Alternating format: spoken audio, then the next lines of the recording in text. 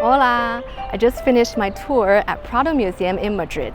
The museum has a great collection of works by Titian, Rubens, Goya, and other painters who worked for the kings and queens of Spain. The museum is very large, and it took me half an hour to figure out how to find the paintings.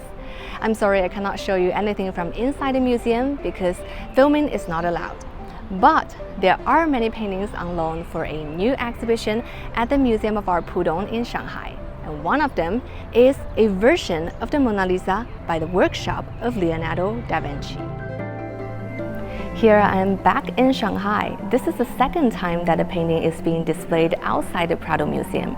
Evidence shows that it was created at the same time as the original, probably by one of da Vinci's pupils or assistants. The painting originally had a dark background, but a hidden layer of landscape beneath the background was uncovered. The black overlay was found to be applied on top a layer of varnish and not on top of the original paint. The museum decided to restore the landscape in 2011.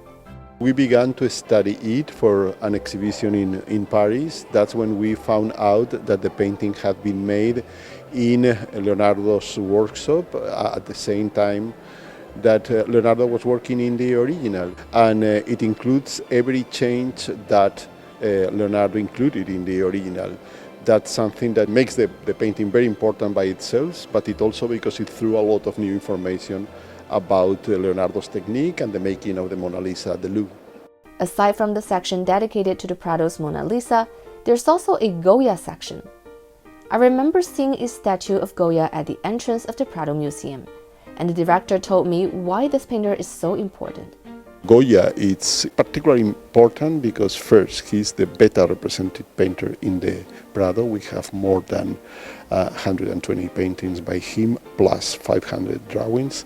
He was the only one who probably attended the opening of the museum on November 19, 1819, because he was then court painter of the King Ferdinand VII, and he was the only painter who saw his paintings displayed at the Prado.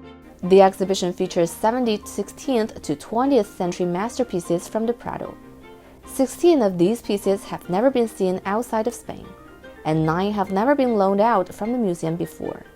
Here you have a very spectacular selection of masterpieces that has a very high aesthetic value, but are also works of art that tell to the Chinese public many things about the history of Spain. It's both a lesson of art and a lesson of history. 这一次的展览呢，因为是为浦东美术馆量身定制的，所以它涵盖的面特别广，它的体量也远远超出以前的展览，可以说是普拉多在中国举办的一个规模最大的展览。在浦东美术馆展览完毕以后，它就会回到普拉多去，并不会到别的地方去巡展。The exhibition runs through September 1st.